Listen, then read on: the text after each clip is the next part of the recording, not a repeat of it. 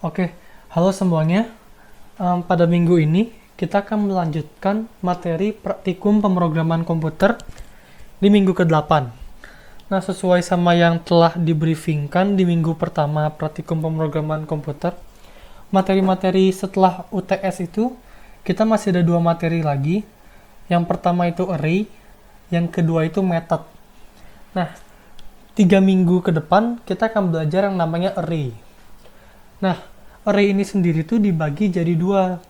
Ada array yang satu dimensi, ada juga array yang dua dimensi.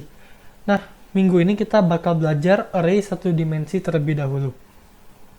Kita langsung aja.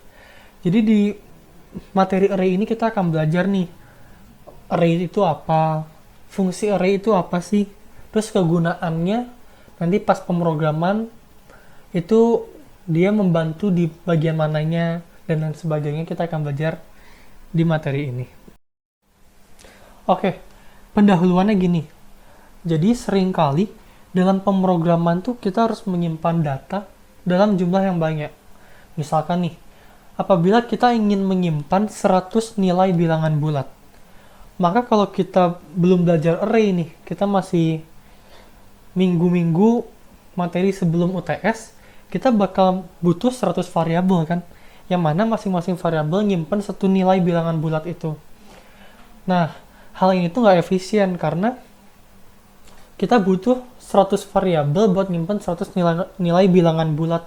Artinya nggak efisien dong kita ngedeklarasiin 100 variabel, itu kan takes time juga, terus bakal habis waktu juga. Bakal nggak efisien lah pokoknya. Maka dari itu, ada suatu tipe data yang namanya array, yang bisa digunakan untuk mengatasi hal seperti demikian. Nah, oke, jadi menurut Sianipar tahun 2013, array itu adalah suatu struktur data yang bisa menyimpan sekoleksi elemen-elemen secara sekuensial dengan tipe data yang sama. Ini kalau disederhanakan kayak gini maksudnya. Jadi, si variabel array ini, dia itu adalah suatu variabel yang mana dia bisa menampung berbagai nilai, beberapa nilai maksudnya. Jadi satu variabel bisa nampung beberapa nilai. Jadi bedanya variabel array sama variabel yang biasa kita pakai sebelumnya.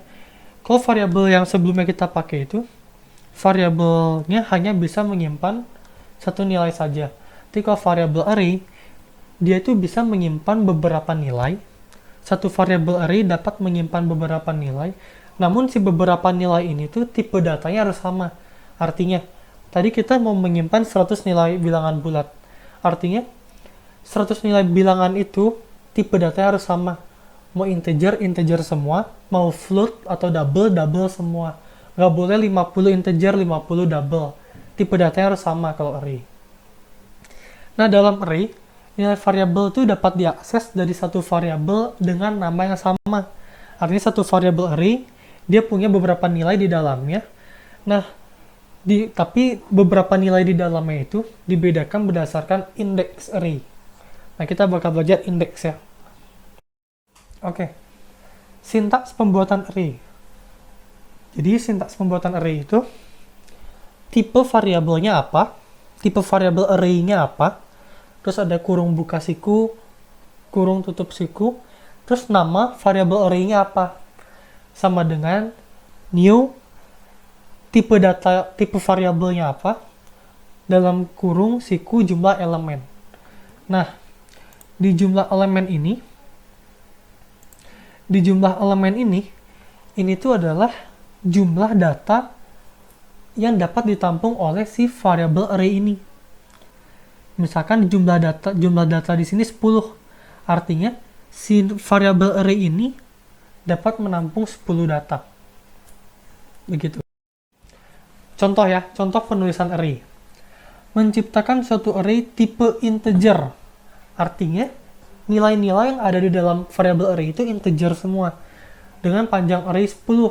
Artinya panjang array 10 itu artinya adalah variabel array ini dapat menampung 10 data. Misalkan nama variabel array-nya angka ya. angka yang mana tipe datanya integer, dan panjang array atau jumlah data yang dapat ditampung adalah sebanyak 10 data. Nah, ini artinya, ini format penulisan seperti ini, artinya variabel array angka mampu menyimpan 10 data yang bertipe datakan integer.